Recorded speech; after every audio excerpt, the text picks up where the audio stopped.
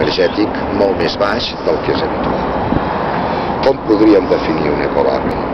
Un ecobarri el podem definir a partir d'unes modificacions de caràcter urbanístic, de caràcter arquitectònic, en el que s'inclou la sostenibilitat des del seu origen com un dels elements vertebradors i fonamentals del barri. A nivell urbanístic, doncs, un indret com aquest permet pensar en una ubicació adequada dels edificis i, per tant, incorporar-hi els elements de bioclimatisme que signifiquen ja per ell mateix la disminució natural d'una part de consum energètic. A més, en els aspectes de caràcter arquitectònic, doncs es té cura dels materials que s'hi posen, afavorint, podríem dir, el que és l'aïllament tèrmic i, per tant, el consum, la conservació de l'energia.